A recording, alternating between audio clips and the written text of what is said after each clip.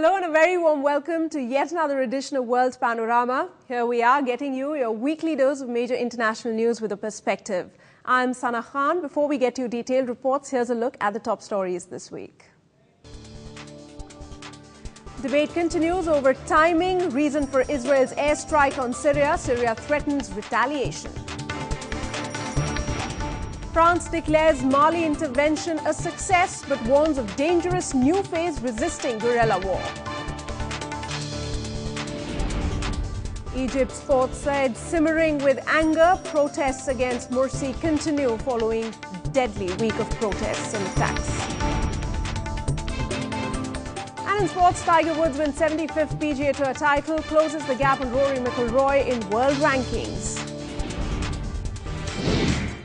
First up, time for the story in focus this week. Israel has finally done something the United States was afraid to do: get involved in Syria. An Israeli air attack staged in Syria this week may be a sign of things to come ahead. Israeli military officials appear to have concluded that the risks of attacking Syria are worth taking when compared to the dangers of allowing sophisticated weapons to reach Hezbollah guerrillas in neighboring Lebanon.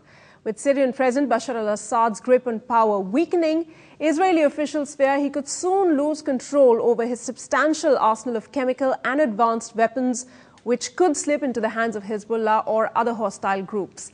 These concerns, combined with Hezbollah's own domestic problems, mean further military action could be likely. We will be in fact talking more about these developments in the past 1 week. This week on the show, I welcome Mr. Waiel, Awwad, senior journalist. Welcome to the show, sir. But before I take your comments on the show, on this increasingly volatile situation with respect to Syria and Israel and how the situation is likely to pan out in the days to come, why don't we have a look at this comprehensive report?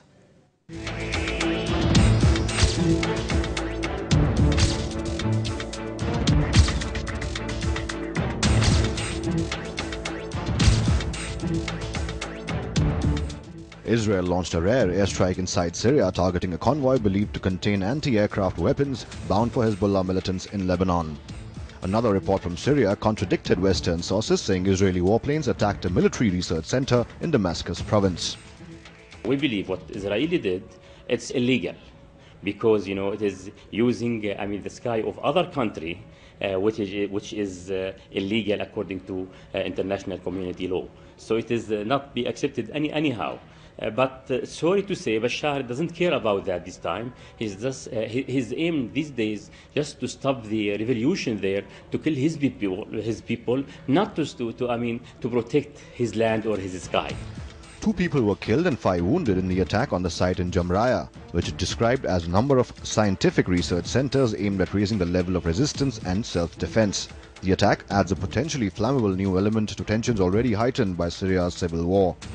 İsrail'in yaptığı iddia edilen bu askeri operasyon hakkında. We don't have any official information regarding the attack that is alleged to be carried out by Israel. We have been out watching the developments from the media. However, this incident shows how complicated the situation in Syria has become and how it threatens international peace in the region. Ne kadar karmaşık, ne kadar kötü ve uluslararası bölgesel barışta tehditler bir hale geldiğini herhalde bir kere daha gösteriyor. Syria protested to the United Nations on Thursday over the Israeli airstrike on its territory and warned of a possible surprise response. A statement issued by the cabinet condemned Wednesday's attack and said it considered the raid a danger against the region's countries. The statement called for the Security Council and the United Nations to take immediate measures in response to the violation. Israel has maintained total silence over the attack, as it did in 2007 when it bombed a suspected Syrian nuclear site, an attack which passed without Syrian military retaliation. All right, let's take things further, but Mr. Awwad, let's start from the basics over here. There's still so much ambiguity as to, what was the target here and what was this strike really all about. What are you hearing? What are your sources telling you? Please share with us.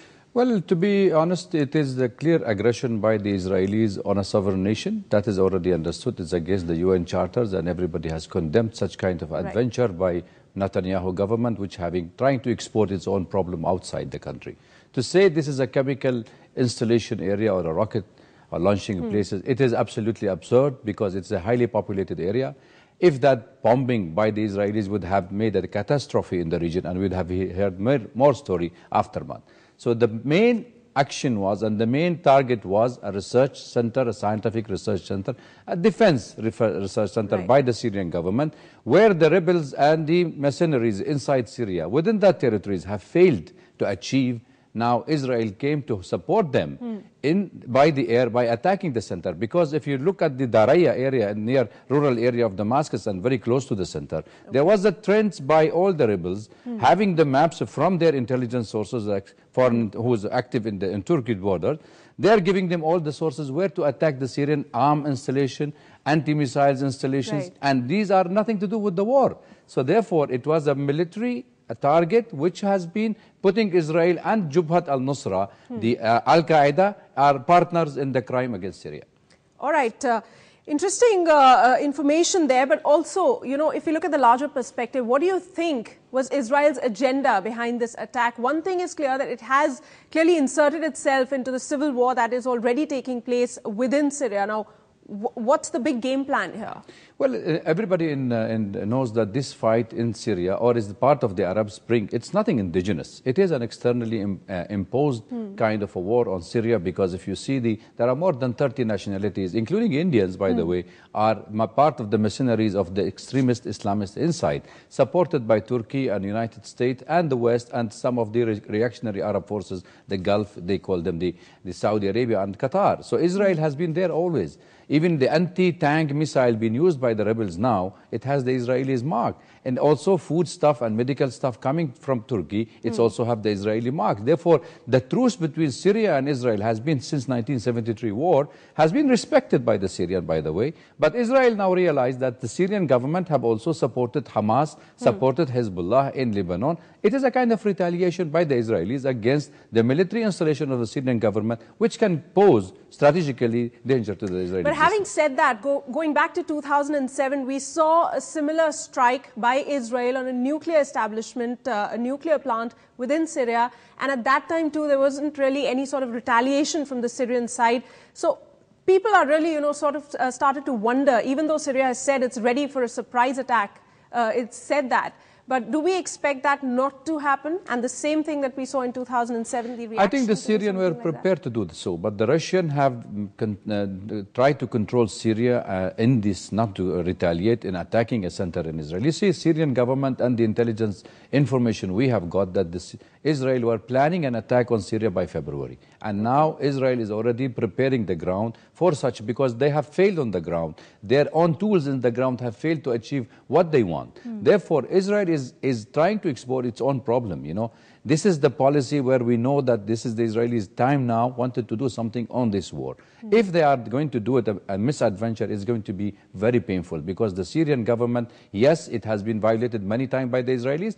The Syrian government hold the right of retaliating, but they will choose the time. They will not be dragged into a war of not their choice and the timing. Therefore, I think the Syrian government is very well aware, because the moment you start attacking the south of Syria, where you're trying to put pressure on the sources, on the military of the Syrian government, based on the south, not to go for the offensive on the north, where the Turkish border is already been almost controlled by the rebels and the Al-Jubhat al-Nusra. So all the smuggling of arms and mercenaries coming from Turkey. So the Syrian government was trying to put an end that side. Therefore, I think it is an open game for everybody now. And Syria have already warned that this is going to be spreading around. So Israel played the dangerous card, and I think the misadventure will pay back and negatively on the Israeli themselves. Right. But do you feel with this attack, there's a lot of pressure suddenly on, you know, President Assad, because we must remember that within Syria too, the situation is very volatile, and there's a lot much to deal with within the nation,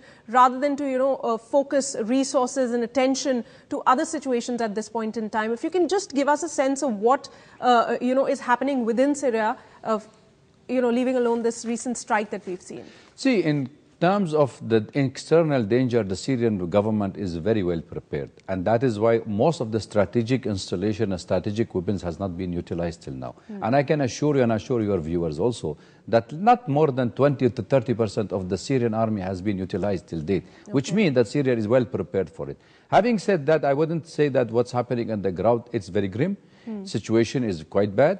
many people are getting killed. Many Syrians are being, the blood of Syrians is spilled all over, whether it is from the government side, whether it's from the rebel side. But if we look at the rebels and the mercenaries, the way they are slaughtering people in the street, killing the civilian, accusing the government, at the end of the day, the Syria is paying the price. They are trying to keep Syria bleeding slowly till it becomes exhausted like the Iraq, and then they can take over. Those wolves kind of people wearing the suits and sitting in their borders waiting for that moment to attack Syria. I think Syria is well prepared, and the Syrian gaining the ground on a very slow pace. It is a long war, which is going to happen.